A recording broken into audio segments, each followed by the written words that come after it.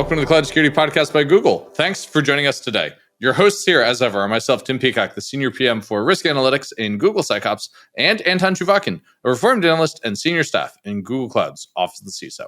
You can find and subscribe to this podcast wherever you get your podcasts, as well as at our website, cloud.google.com/podcasts. If you enjoy our content and want it delivered to you piping hot every Monday, please do hit that subscribe button.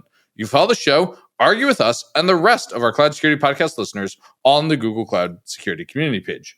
Anton, we are talking about one of my favorite topics today, ITDR, XDR, and analysts. That's three of my favorite topics. Sorry.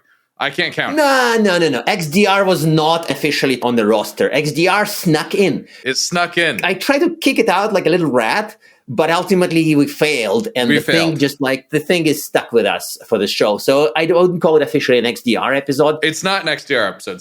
It's an identity episode. It's an identity episode, but it does feature more ex-analysts than PMs on this show. I was outnumbered today. Yes.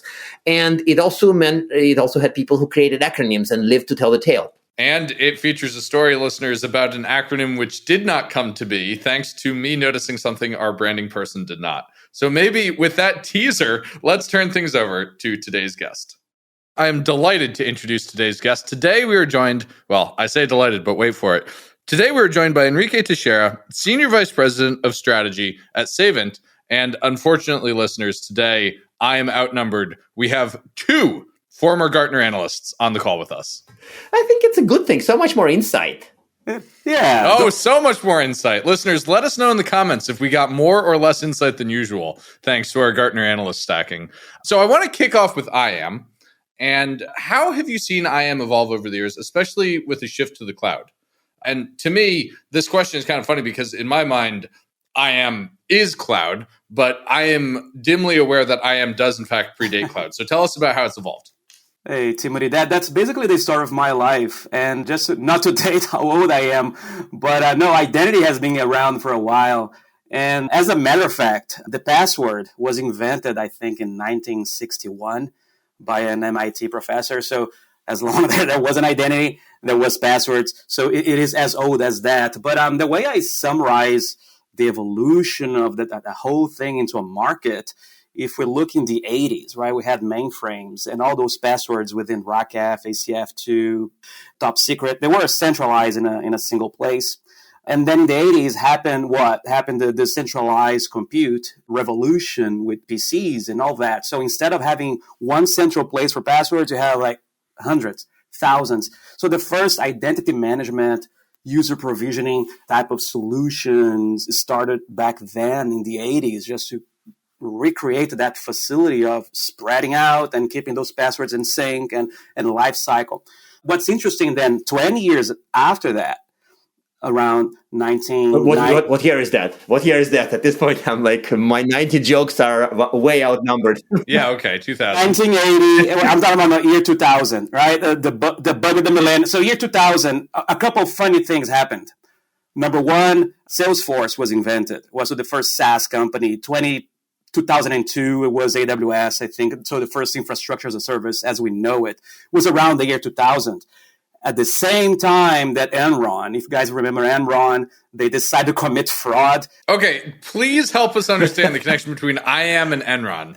Yes. I was like so much asking the same question. But with all this thing that happened with Enron was they created the law. Sarbanes-Oxley was created because of that. So, and with that, all these lifecycle management tools, provisioning tools, they evolved into what we call today IGA, identity governance, to help with compliance with SOX and other regulations. So, Tim, fast forward 20 years after that, and we have around the year 2020. What happened then? We are right after COVID. We had perhaps the biggest hit on breaches. They are now identity generated. So we saw this inflection of identity threats becoming top of mind. So from the very early beginnings in the 80s, from the 2020, 2022, we have that. And it's always conflating with something, right? 2022, there was also another very funny shift which was AI with ChatGPT. ChatGPT came. So everything is new again for us. So we had the mainframes, decentralized systems, we have the cloud, and we have AI coming up as this new wave. So it's just to tell, identity was always present throughout there to the millennia, if you will. But that's why I joke sometimes, and that's how I introduce myself. And how we describe that, I describe myself, Tim, as pretty useless. Me too. Not how my wife describes me, but useless outside of identity. I've never done anything else. So I'm pretty useless. If you talk to me about firewalls or anything else, I just did that as a profession. And this thing kept moving, which was so interesting, so exciting for me to be here. Well, I love this IAM answer because it literally started the year of my father's birth. So that's how old passwords are, listeners. They're as old as Tim's dad. Anton, you've got a question you want to ask here, and I love this question. Yeah, the thing is that we have a secret we know about Enrique, and that the secret is he invented the term ITDR. We know his password? No. I don't know his password, but I do know that he invented the term ITDR. And I remember when I think I read his Gartner piece at the time when he introduced it, I was really quite unhappy about it. And I felt like this is, and as a person who kind of invented EDR, I should be supportive of everybody inventing something DR. But this particular DR just triggered me the wrong way. And I was like agitated, and I wanted to write some kind of a blog criticizing this. And of course I thought better of this because why do that? But here we have the inventor of this term. So could you justify this a little bit? And I think that we now have, you mentioned IGA. IGA was the original new, but now old term over IAM. But now we have ITDR, we have now ISPM, which is not ITSPM. But at least explain why this is needed. Do we really need this, and why it helps? Very much, Anton, and very, very glad to walk us through this rabbit hole. And I'm sorry to generate such how can I say, a very visceral reaction from you. I wish we spoke back then, but I should have to brew this thing for how many years? How long ago you left Gartner? I left last year. But the reason, Anton, Tim, is that if you look at those waves that I described, right, and the big thing happening in the year around the year 2020 was very, very clear to me. Identity was growing up in the priority, not of the CISOs, but in the priority of attackers. Attackers, they found, okay, why should I have to walk around this door if I could just steal and force in the lock? And when we look at that, and the power that Gartner has or an analyst has in this type of industry is to, hey, we were here to help clients. And there was this void, this empty space between the SOC and what SecOps they were doing in terms of very broad controls around endpoints and applications and data security and network security and cloud security. And IAM in a very vertical and deep protection of, we do governance, we do certification campaigns, we do RBAC, all this thing, but we never look at this threat. So if you but Yuba, what about the Yuba? It was still very generic. It was very much across the board. And Yuba or UEBA, it was original Yuba was Yuba, yeah. Yeah, I remember that. So they were trying to correlate IP addresses with AD accounts. I said, no, that's not the solution. That's not it. So the reason that say, hey, it's time we focus on ITDR, and when we say we as an industry and buyers too, is that, hey, to the point where Verizon was publishing things like 60% of the breaches, the vector was an identity misuse. We got to look at that low-hanging fruit. And yes, what is the best way to call attention to the market? We got to build tools, we got to build processes, we got to build expertise around the topic. So yes, the acronym came... So wait, hang on. I agree with you that there's a problem here, but I totally disagree that because there's a problem, we therefore, as an industry, need a tool. You could totally do ITDR as a function within your SIM or your SOAR tool or your SecOps tool or your cloud detection response tool. Why does it need to be its own thing? I can answer it. The other half of the ex-Gartner crew can answer that. Oh boy, I have to fight two analysts. This is basically my worst nightmare. This is my answer would actually point out that that's how all the horror movies start. Somebody says, we don't need a tool. We can just do it with this existing tool. And ultimately, over time, everybody just nods and secretly works in their basements to build a new tool. Okay, but I'm going to use your own spells against you, Gartner analysts, and say this isn't a product, this is a feature. Why does it need to be its own product? I really don't get it. Officially, it was never a product. It's a discipline. It's a discipline. Yes. Right? The way we wrote it, ITDR is a discipline that includes process and knowledge base and tools and people, everything that's necessary in this discipline. The tools are necessary, right? There are things, especially with the volume and types of attacks. And then we compound that with the risks of machine identities. There are 20 times more volume than human identities. It is humanly impossible, cognitively, to just detect things by hand on an Excel spreadsheet, right? I would argue... Yeah. Well, I would never ask for an Excel spreadsheet. But not by hand, by SIM or by CDR. We never really said... Yeah, why not by SIM? I would argue, XDR. Controversial question. Anton, do you think XDR is a real thing? I think I left Gartner in 2019, and I think it predated the XDR brouhaha, and you left much later, so you survived through XDR, Gartner kind of embracing XDR, despite it being kind of a Forrester creation, right? Okay. But I don't know what it is. I still don't. And I think that this can be easily another episode. Isn't XDR just a lousy SIM sold by an endpoint vendor? That's one take, which we've heard many times. One take, or extending detection response capabilities to other disciplines, right? So it could be XDR as a combination of endpoint and data and network, right? Security. And then ITDR, it will be just another sensor under XDR. If you think from a product architectural way of designing this, will be a sensor in there. In a more... Why? Wait. More than that, functionally, right? I would see ITDR as a bridge between an IAM team of people and a SOC, SecOps teams. Because... So that I buy. Then I buy. I easily buy that. Yeah. I easily buy that. That last part I buy, not the separate sensor part. But I want to pick at something you said earlier. Before we get down this XDR rabbit hole for the rest of the episode. Let's not.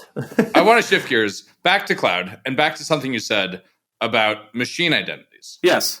Tell us about what's hard about machine identities. Because we did a whole episode about this, and we got to talk about turtles and solving for bottom turtles. Tell us about machine identities and what goes on there. Yeah, the thing is, when we started to create the construct of credentials and identities to represent humans, the idea is that you have an account, you could have multiple accounts associated to a person. And I think a lot pushed by cloud and DevOps and the developer persona having to be, hey, I need to create this new concepts within Kubernetes and other things. There started to be little things like a Lambda function in AWS, or it could be an S3 bucket. They run with their own credentials and identities. So they started to gain properties of, well, it looks like a credential, it looks like an identity. And there are other types too, like API keys. There are, for example, service accounts, right? Accounts used by applications. They're not interactive. Like you don't log in with that, but the application uses that account to talk among them. So one app talking to another app, there's an identity. So those are the machine identities. And what the market is estimating, not only Gartner, but other analysts, is there now from 20 to 40 times more identities of those types over humans. So if we think about the challenges we have today of credential misuse or account takeover for humans, it's 20 times just the attack surface of machines, which is funny because whenever I come across a client and I'm talking about a client, hey, what are your plans about machine identity? What are you thinking about that challenge? And the answer is yes. So I said, what do you mean by that? No, we understand it's a challenge, but we're still solving human identity problems. We may tackle some service account challenges these days. So that's why perhaps you see, Tim, so much noise in the industry, like a lot of startups coming up. Hey, I have an NHI, which is the terminology. I don't agree. I don't think it's correct. Non-human identity, NHI? Yeah. No, I prefer machine identities. That's how we are referring to that at Savient. But it is one of those waves that people say, yes, we kind of, quote unquote, solved humans with MFA, SSO. What is that? Guys, there's a time ticking bomb called non-human identities, machine identities, that is just waiting to explode. Yeah, so what should people be doing about it? How do they get ahead of that? There are a few steps. I think the first one is visibility. And I think that's where a lot of my clients, they come to me and say, well, I don't know where they are. It could be a local machine in a Windows account, in a Windows server. It could be an API key. It could be an OAuth token, right? So the visibility, so looking for ways to discover those machine identities would be the first step. The second one, the most challenging one, is account ownership, because a machine doesn't have a way to do MFA, right? A machine doesn't have a way to self-certify. So you got to attach that machine to a human. It is a step that is necessary to establish governance. So the same way you can have now campaigns that certifies identities of humans, say, hey, all your employees that work for you, do they still remain in the company? So no, they have left Google. You could click and they are removed from the systems. The machines, they need to go to the same process of governance. So that's why those are the steps, Tim, that I would suggest. Visibility with discovery first, then account ownership, and then governance of those accounts. So I'm having a brief paranoid moment, which I didn't expect during the IAM ITDR episode, because I feel like we always talk about how human identities are over-provisioned with privilege. Yes. And then we say, we'll fix it with MFA or something. And then now you poisoned my mind by saying that we have this larger pool of machine identities. They also have over-provisioned privileges, and we can't fix them with MFA. So now I feel like maybe I should go revisit my bunker plans under my house, because this is a little... it starts to be a little like, holy cow, we're going to die. This is such a wonderful example of human nature, where we have a problem that exists. We have a new technology. We go, oh, good, the problem no longer exists. And we discover, oh, wait, it does. We create a new one. Yeah. It's kind of like when we had horses in New York City, we were concerned about their emissions. There was horse shit everywhere. Yes. But now that we have cars in New York City, we suddenly forgot about CO2. Yes. And not to make your nightmare even worse, Anton, another thing about the machine identities is that, yes. Wait, it can be worse? Stop. No! Just a little bit. It's the fact that there's an interesting discussion happening right now, and this is LinkedIn, this is current forums that I go to, is that should we even think about rotating passwords of machines? Think about that. Because for my entire career, so yeah, you got to rotate passwords, never reuse passwords and stuff like that. But with machine identities, remember, those are used perhaps most of the time between machine to machine type of communications. If you change that, and that's why they're so critical, they are typically hard-coded within some place, because if they change the password, you may be breaking in a cascade effect of multiple apps, multiple services will stop working if you rotate those passwords. It is a complex problem, and I think this is just to make me feel better. That's why I'm telling you this in a way that I open this conversation with you guys, say, hey, I'm pretty useless elsewhere. And I've thought about switching careers at some point. Should I go to cloud? Should I do networking? But I kept coming back to identity because, like I said, we solved the problem with the horses, and then there's a new problem. And identity is that gift that keeps on giving, right? For professionals, but also to keep us doing interesting stuff that I appreciate doing. What do you make of the NIST guidance that we shouldn't ask users to change their password every 6 months anymore? That's humans. Yeah, for humans. Do you think that's good advice or not? I think it's good, right? And that's what happens with my wife. If I say, hey, you got to change all your passwords, what do you think is going to happen? She's going to use the same password everywhere. Yeah. Right? Or you're going to sleep on the couch. The more you ask people to do that, they're going to be reusing more passwords and make it more easy to remember. Or perhaps they add a number 1 in the end and then a number 1 and an exclamation point, right? So by using... I thought only I did that. So NIST recommendations is, well, if we keep it less the rotation, more static, you can use longer phrases, hard to break passwords. And on top of that, I would add, use a strong authentication method. Use phishing-resistant authentication methods, FIDO 2.0. So there are evolutions that is helping. They're helping us. By the way, can I make a shameless plug to your company, Anton? Google, right? Please. I'm a Google, more not on the business side, but I use Gmail for my personal use.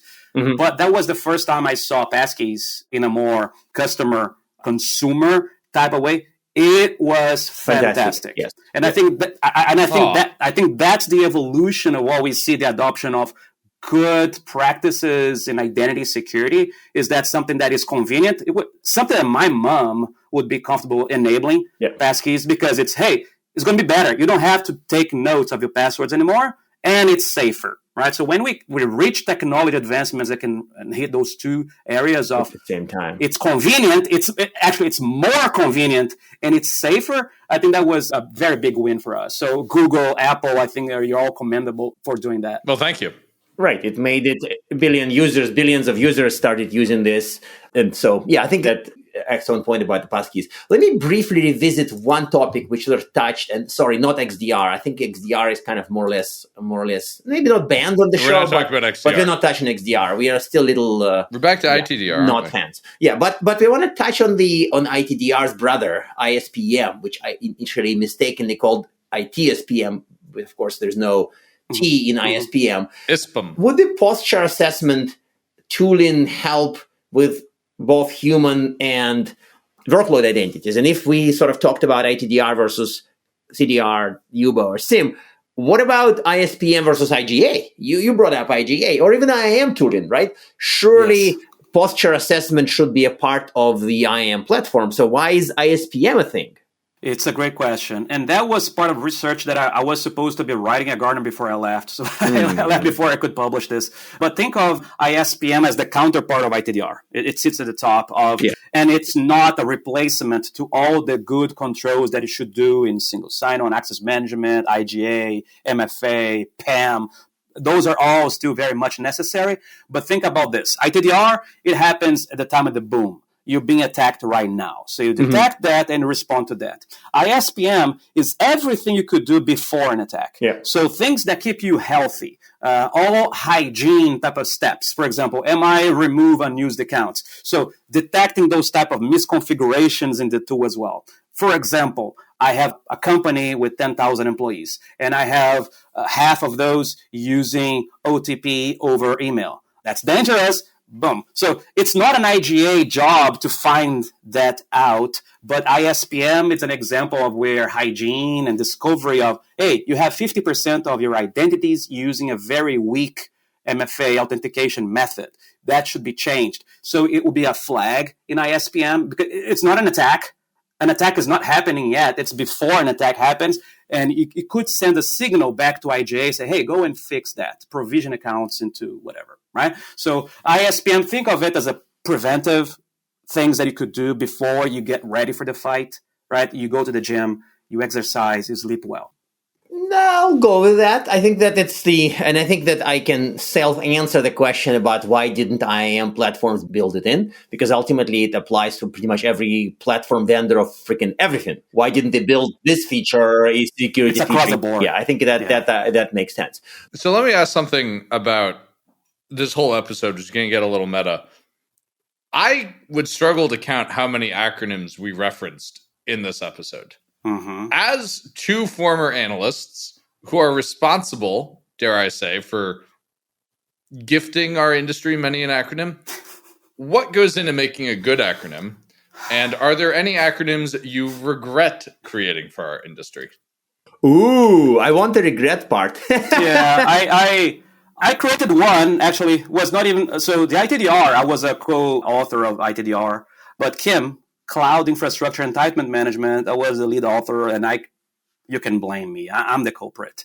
Wait, Kim is also you? It was me. I'm sorry. Oh, well, now I have two reasons to dislike you. How about that? Because that's what I also didn't like, because it clashes the SIM too much, and then not everybody pronounces like Kim. Okay, never mind. I'll ramble now. But I don't regret it. I think it served its purpose, and I think what makes it a good acronym, it has to be sexy. And I think those are not. And that's what I regret, perhaps. It could have a cooler name. And it had. So when we look at, for example, things that Forrester came up with, like a zero trust, right? That was something that is sexy.